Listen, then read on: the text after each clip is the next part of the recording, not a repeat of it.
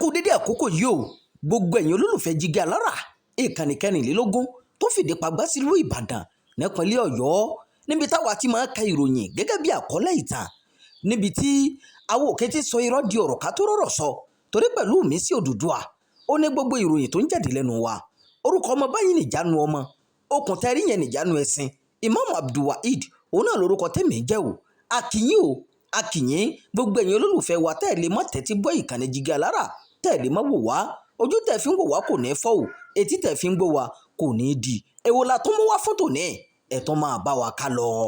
ohun tá a mọ̀ rẹ o lórí ọ̀rọ̀ tó ti káàkiri lórí ẹ̀rọ ayélujára wípé Sunday Igboho ló ṣe bí wọ́n ṣe gba ìtúsílẹ̀ àbúrò Adélabú àtàwọn àbẹ́jì rẹ̀ tí wọ́n jí gbé nílùú Ìbàdàn àlàyé rèé ẹ̀ wá gbọ́ o olóyè Sunday Adéyẹmọ tí ọ̀pọ̀ èèyàn mọ̀ sí Ìgbòho ṣà ẹni tó jà fún ìdásílẹ̀ Yorùbá Nation ti ní òun kò lọ́wọ́ nínú bí wọ́n ṣe gba ìtúsílẹ̀ àwọn ẹbí mínísítà tẹ́lẹ̀ rí fọ́rọ̀ iná mọ̀nàmọ́ná Adébáyọ̀ Adélabú táwọn ìbejì rẹ̀ eléyìí tí wọ́n jí gbé láàrin ọ̀sẹ̀ tó lọ yìí ní àní ọjọ́ àbámẹ́ta ní fídíò kan jáde sórí ayélujára tó ṣàfihàn báwọn ẹ̀ṣọ́ ààbò ṣe gba ìtúsílẹ̀ àbúrò mínísítà náà àtàwọn ọmọ rẹ̀ méjì lẹ́yìn tí wọ́n ti lo ọjọ́ mẹ́ta ní àhámọ́ àwọn ajínigbé àmọ́ ní ọjọ́ àìkú ní ìròyìn kan lọ lórí ayélujára pé Sunday Igboho ló lọ gba ìtúsílẹ̀ àwọn èèyàn náà kúrò ní àhámọ́ àwọn ajínigbé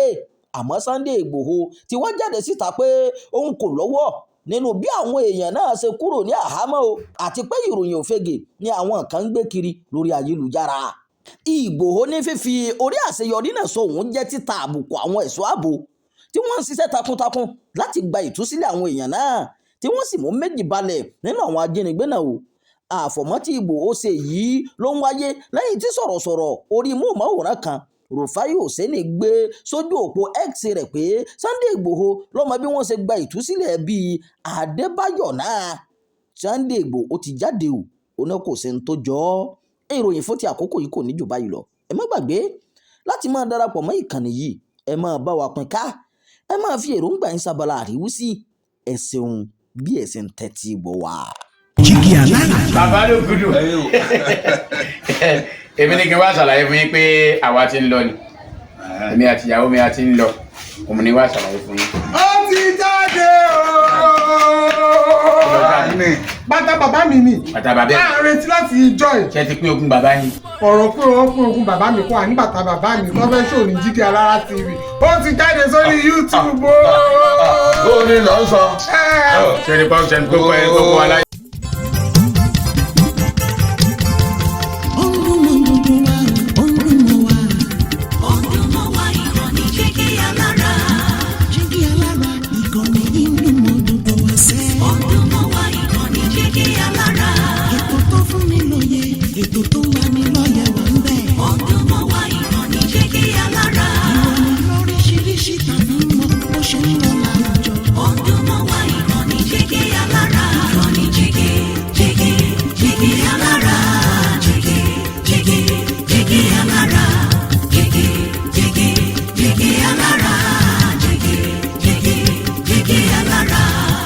Ìkànnì Jígí Alára kẹrìnlélógún bàbá gbogbo.